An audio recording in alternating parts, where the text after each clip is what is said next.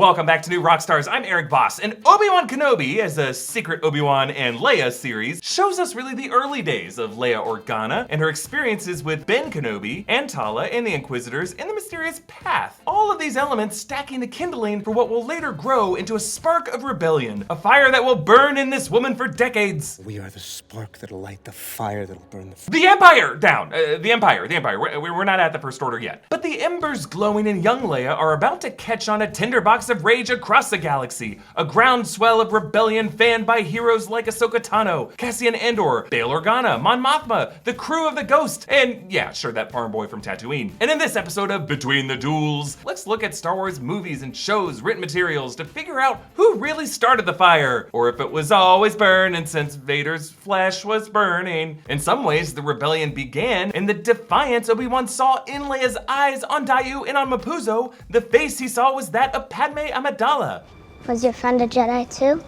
No, she was a leader. And if you think about it, the genesis of any movement comes at the death of another era. We might be able to trace that first spark back to this moment. So this is how liberty dies.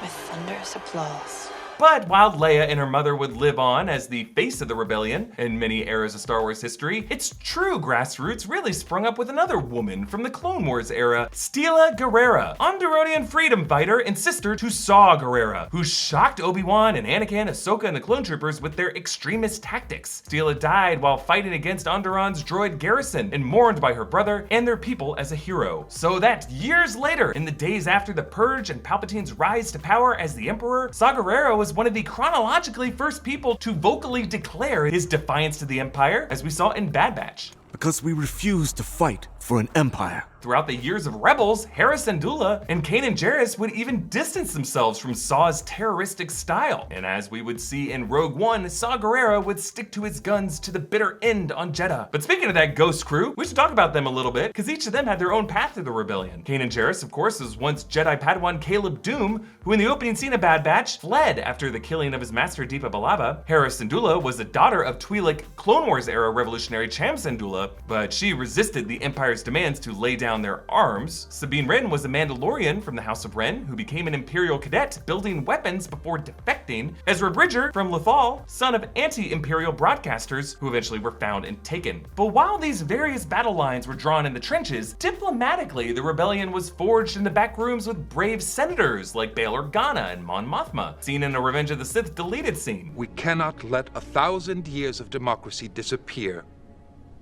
without a fight. We are loyalists trying to preserve democracy in the Republic. Bail will go on to instill these values in his adopted daughter Leia. As we saw in the Obi-Wan Kenobi series, he encouraged her dereliction of the stuffy royal lifestyle while grooming her to be a wise leader nonetheless. The Senate's boring. It's people in itchy clothes arguing. Well, it may seem so. I don't want to be a senator. Which is why you'll probably be one of the best. Meanwhile, Bail Organa and his wife Brea were secretly pretty involved in important spycraft. Specifically, Bail was instrumental in recruiting Ahsoka Tano back into the fold. After saving Rex and escaping Order 66, as we saw in the Clone Wars Season 7, E.K. Johnston's 2016 Ahsoka novel explored her time in exile on Rada, where she would begin to plan attacks against the Empire. But then after Rada's evacuation, she met with Bail Organa, who talked her into running his intelligence networks using the codename Fulcrum. It was as Fulcrum that she would come into contact with the crew of the Ghost, captained by Hera Syndulla, relationships that we'll explore further in live action in the Ahsoka series. But we gotta shout out Mon Mothma. She obviously played a very important role during these years. We caught up with her in Rebels 2 years before the events of A New Hope, when she finally publicly spoke out in the Senate against the Gorman massacre, and as a result was indicted as a traitor, ending up on the Empire's most wanted list, causing her to have to flee with the crew of the Ghost. But long before that, Mon Mothma did quite a bit. She tutored Leia in the ways of diplomacy that was explored in the 2015 junior novel Moving Target. And of course, we're gonna learn a lot more about Mon Mothma during these years in the series Andor. And during this time, Mothma maintained her status in the Imperial Senate while recruiting agents like Cassian Andor and other Saw Gerrera-esque figures like Luthen Rael and Marva. Such a network would obviously prove instrumental in the Rogue One mission to steal the Death Star battle schematics from Scarif. And speaking of that mission, it's interesting to note that Orson Krennic's kidnapping of Galen Erso from La Mu to force him to work on what would eventually become the Death Star, that detainment happened just 3 years before the events of Obi-Wan Kenobi. Kenobi. It's so concurrent to the events of this series, a preteen Jen Erso living a hard life with an outlaw, Saw Gerrera, and his crew, the Partisans, was happening at the same time Obi-Wan is on the run with Leia. Now, alongside the Partisans were groups more tied to the criminal underworld, like Enfys Nest's Cloud Riders, who we saw in Solo. That takes place just 1 year before Obi-Wan Kenobi, and one of those Cloud Riders was Benthic Two Tubes, who would join his brother Edrio Two Tubes among the ranks of Saw Gerrera's Partisans in Rogue One. So all of these forces are really intertwined, and when we look at it this way, the Rebel Alliance was an alliance of really 3 factions. A diplomatic sector working within the ranks of the Imperial Senate to try to win planets and systems to the Rebel cause. Groups like, by the way, different Mandalorian clans who wavered in their Rebel support until united by Bo-Katan, until the Empire bombed them all to hell, RIP. The second faction, a loose fleet of freedom fighters, fed intel by figures like Fulcrum, and supported by other sympathetic military factions. And then the final faction, rogue terrorists, who take matters in their own hands, often at the ire of the first 2 groups. Oh, Saw Gerrera! So Leia comes out of this Obi-Wan series fitting into the first of those groups, the diplomatic corps. But now we're also learning about another potentially 4th branch called the Path, tasked with getting Jedi and Force sensitives to safety. While less of an active branch of the Rebel Alliance, they are an organization directly subverting Imperial interests, allowing a small number of Jedi to live. This was made possible by Roken, a widower to a Force-sensitive wife, as well as people like Tala, Haja, Sully, Wade, Quinlan Voss. In the Mapuzo safe house was written the name Doom,